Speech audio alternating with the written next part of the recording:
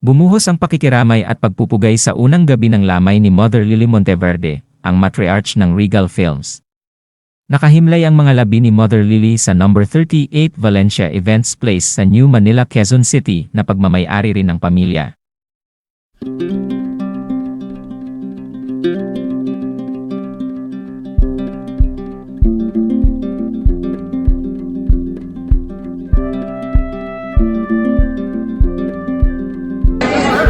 Dito po ako sa burol ni Mother Lily Monteverde. Po, yung iba, ay, Ana, nandun sa labas. Sa labas? Oo, hintay ka. Ito po, malaking nag-uwi na yung ibang celebrities. At ako ay tapos si Mother Lily, ayan po. Ayan po si Mother Lily. Si Snoopy na andun sa labas, hindi interview. Ito po sila, yan po ang itsura ng ni Mother Lily. Si Bong Revilla andun. Yan po, si Bong Revilla andun. Sumaway pa si Bong.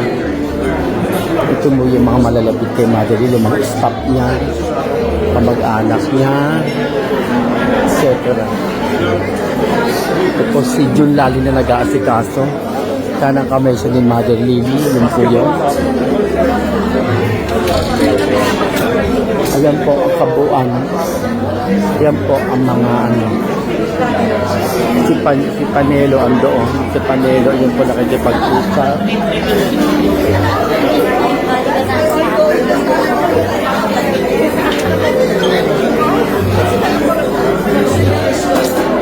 Of course, an icon is gone. Mother is gone. Iyak naman ako sa tanong mo. Na-trigger ako doon. Ako, I feel, but ang advice ko is, sana yung legacy ni Mother, ipagpatuloy naman nating lahat. And let's not forget the contribution that Mother Lily made in the industry. She's a big loss talaga. Hindi na natin mababalik yung glory days ng Regal Films. Para sa akin, maybe I'm being biased, pero nag-iisa lang siya. So siguro the least that we can do nga lang is to try to live up to that that flair, that Regal magic that is unexplainable. Yung para bang the stars are stars, the movies are magnum opuses, at si Mother talaga isa sa mga nagmamahal talaga at concerned sa kung ano mangyayari sa industriya, in my opinion. Hindi naman siya, contrary maybe to what some people think. Sa aking personal experience, hindi kami pera-pera lang. Yung relationship namin went beyond that, na ako trabahador niya, siya yung producer ko.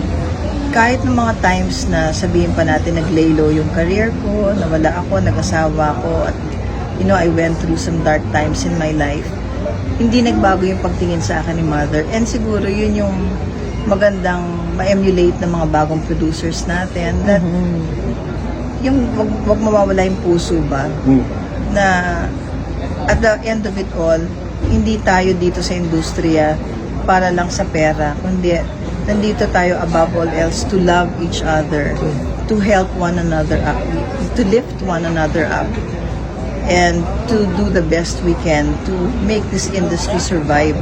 Si Mother kasi, di ba, hindi naman tumigil. Pero yun, so nakakatuwa lang kasi talagang yung passion niya is, di ba, kumbaga, di ba, kahit anong gawin natin, talagang yung pagmamahal niya sa pelikula, hindi yun matatawaran. And pillar siya talaga. I mean, one of the biggest pillars of our industry. So, sabi ko when I found out nga nung Mother passed away, at end of an era din na, alam mo yun, Mother is motherly. Maraming salamat sa Thanks, guys. Thank you. Kaya, kung ano man yung mga pagsubok na dumating sa buhay mo, kaya mo yan. At you will go back to your, whatever, kung ano yung nawala. Babalik din sa iyo. Yun ang... Alright? Okay po, thank you po. Salamat po. Binabagay naman nila sa edad ko yung pag nung naging leading lady na rin ako. Yun, makikita mo talaga yung passion ni mother sa showbiz. At napakalaking kawalan, ano? Sorry. Ang copyright. Napakalaking kawalan sa industriya ang pagkawala niya. Kasi Ha?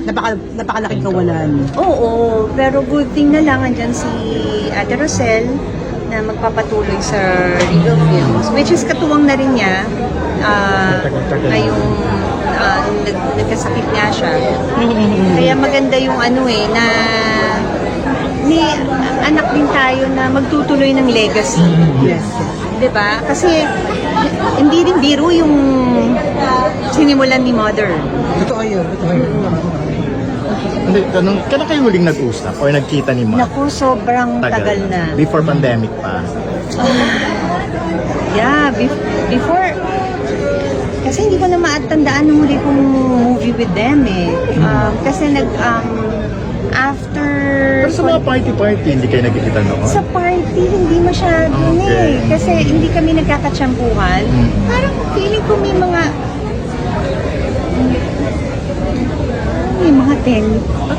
10 years yata kami hindi nagkita. Kahit yung nag-usap or nag-text, nagtawagan. Basta kasing laki ng anak ko yata. Or parang baby pa yung huli ko siyang Nakita. Oo.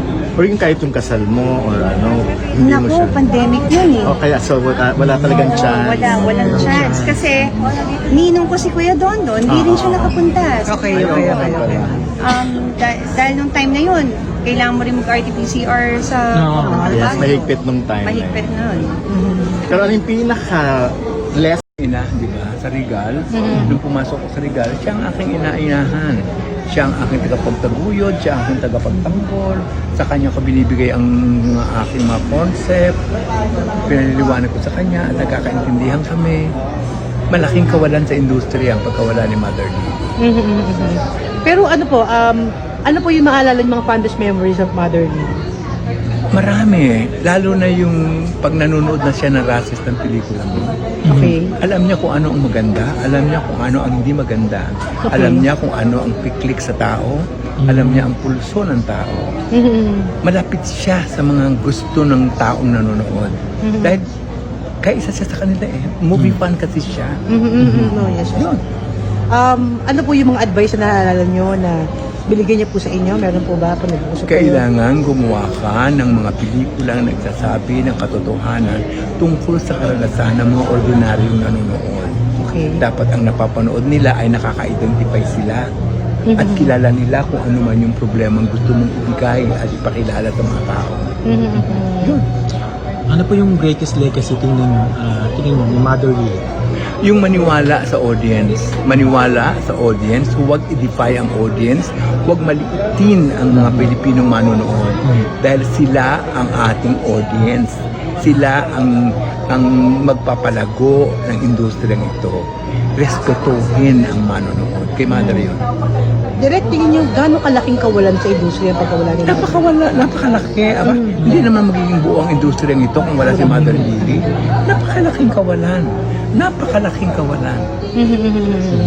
Direct, ano lang medyo bago na. Congratulations po as Roda. Ang laki Ay, na thank yun. you. Ano lang reaction nyo po na kinagat ng gusto yung inyong role dyan? Nagtaka nga ako kung